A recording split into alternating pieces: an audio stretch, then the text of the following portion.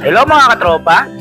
Pagkatapos ng maglinis ng lilipatang bahay ay kailangan na naming mag-ready para mag-impake at maglipat na. Ito ang pinakamahirap na part ng paglilipat kasi kailangan mo talagang isa-isahin at talagang pagplanuhan kung paano mo ililipat yung mga gamit mo. Buti na lang meron kami mga naitabi na mga box. Itong mga box na ito ang makakatulong para makapaglipat kami ng maayos.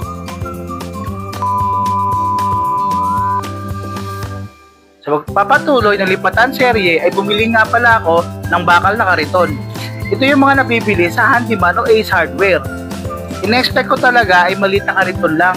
Pero dahil walang available, malaking kariton na rin yung binili ko. Mabigat nga pala ito at talagang pang heavy duty. Tamang-tama naman dahil mabibigat din ang mga ilalagay ko dito. Ang ilan sa mga gamit ay lilipat namin sa bahay ni Labon. Ito nga pala ang bili ni Tropang Rodil. Medyo malayo nga lang ang bahay ni Labon dahil mga 5 kanto ito mula sa titiran naming bahay.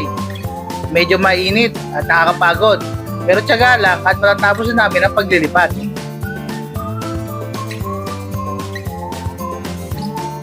Siyempre, sinamahan na rin namin ng konti paglalaro ang paglilipat. Nakakatanggal pagod din kasi ito at talaga naman nag-i-enjoy kami sa aming ginagawa. Isa sa challenge sa paglilipat ay ang pag-aayos ng mga electrical na bagay. Actually, ito yung isa sa mga kinakatakutan ko dahil nung bata ako, madalas ako maoryente.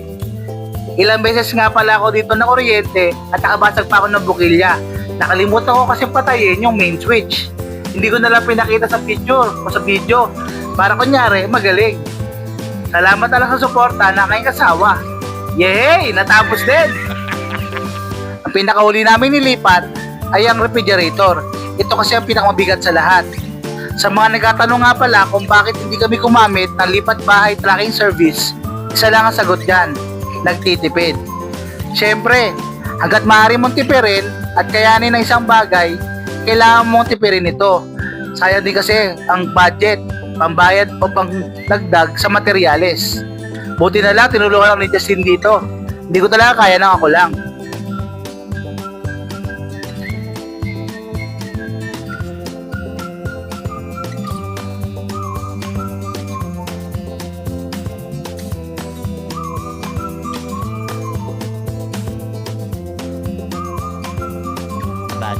Much later. Sa wakas, natapos din ang paglilipat. Yay! Abangan nyo susunod na mga video natin dahil mag-focus tayo sa renovation proper. So yun lang mga tropa, hanggang sa muli, paalam!